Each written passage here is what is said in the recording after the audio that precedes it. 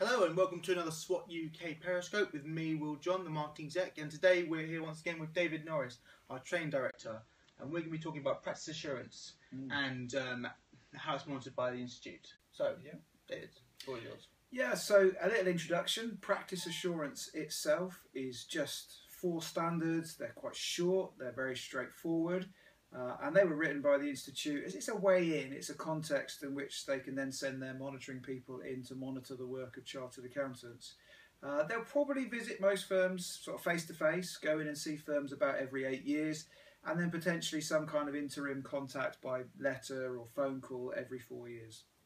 Well, that doesn't sound like a lot. What else is there? Yeah, so QAD, doing practice assurance in the strictest sense is very quick because the standards are so brief. But when they're in, the QAD will look at lots of other things. So it could be Institute's ethical requirements, CPD requirements, clients' money, money laundering. And certainly at the moment we're finding some of the data issues, data protection, data security are coming up the agenda. Fair enough. Well, that seems like a lot more.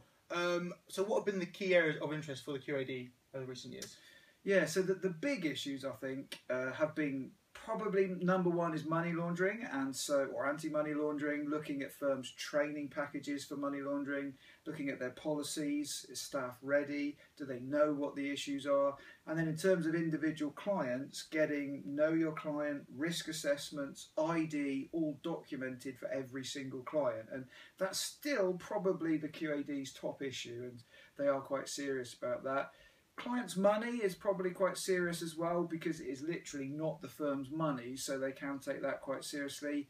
Not a massive issue for a lot of firms. The client account tends to be quite small, but the Institute will be saying, right, do you perform a reconciliation? Have you got a bank trust letter? And is it just set up properly? Fair enough. Yeah, okay, good points there. So looking forward, what are the main things to be aware of? Yeah, so given that money laundering is still there, a lot of firms hopefully are getting to grips with it. Most recent visits, we've seen quite an increase in the amount of conversations about data security, and the QAD starting to make a number of recommendations in that area. A lot of it's relatively straightforward, and so firms should be able to cope, but you need to be thinking, have I got good policies about using emails, using the internet? Do staff know that?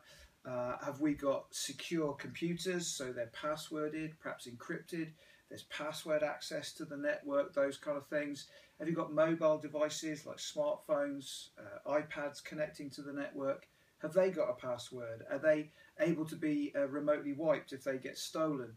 Have you got external memory devices? You know, we've got some hard drives here and USB sticks that access the network. If that's got client data on it, is that encrypted? Is that passworded? And then what about the way you send emails? So the Institute and data experts generally being very critical of firms who send a lot of personal information via email, and so firms should be either passwording those accounts or tax returns or starting to use a secure portal on their website. That's fair enough, yeah. Right, so what has really stuck out to you in recent years and moving forward? What's really stuck out to you and surprised you? Yeah, so data is becoming more of an issue, but specifically cloud. Just the last handful of visits, this issue of cloud accounting has come up, and we didn't realise the Institute were quite so aware of it. But you know, if you're involved in cloud computing, if you're a firm, so maybe you resell Xero or Intuit, or there's a number of other products out there, but they're perhaps the big ones, and you're putting clients onto the cloud, then you need to have some good procedures. You need to think about that. So where is the data? Where is the cloud? Certainly for most of these companies, they're non-European, they're not UK, so the data's probably in America or somewhere like that. That's outside the European Economic Area. That's okay, but you need to make sure your data protection registration covers that. So you go to the Information Commissioner's website and check your firm's registration. And then if you're transferring data outside of Europe, you need to make sure that where the data's going, that they comply with the EU data regulations. So you need a safe harbour agreement. And I've seen it. It's all on the Xero website. You can get it, but talk to your account manager. They can get it for you. And then most recently, the Institute have said, right, you're moving clients' data from your sole control to the control of a cloud provider. you've got to make sure the clients know that. So get your engagement letters updated. Yep, there he is. So what about the taxman?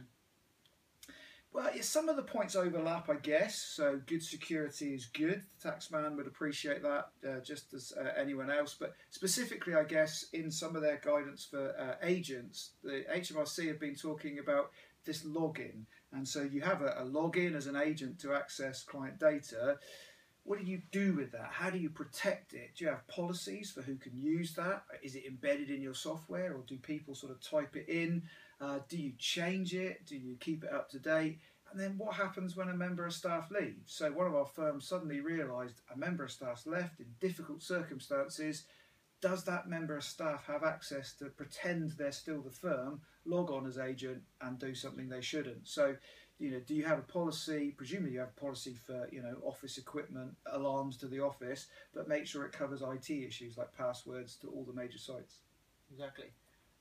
So what sort of help and support and guidance is there out there for people? Sure. Well, certainly we can help and advise. We can do on-site practice assurance visits or answer technical questions. We have a couple of manuals. We've got the general practice procedures manuals, particularly for certified firms. If you're a chartered firm, the practice assurance manual is there. There's lots of guidance on all these areas, and then there's example forms and procedures you can use to build your own templates, and so that will certainly help. The Institute do some free stuff. It's worth having a look there. There's webinars on there and some help sheets about some of these areas. And I've also done a 1.5 hour webinar on key points from QAD visits. So worth having a look at, particularly if you get a QAD visit coming up. Hopefully that'll be an indication of what's topical for you. Fantastic.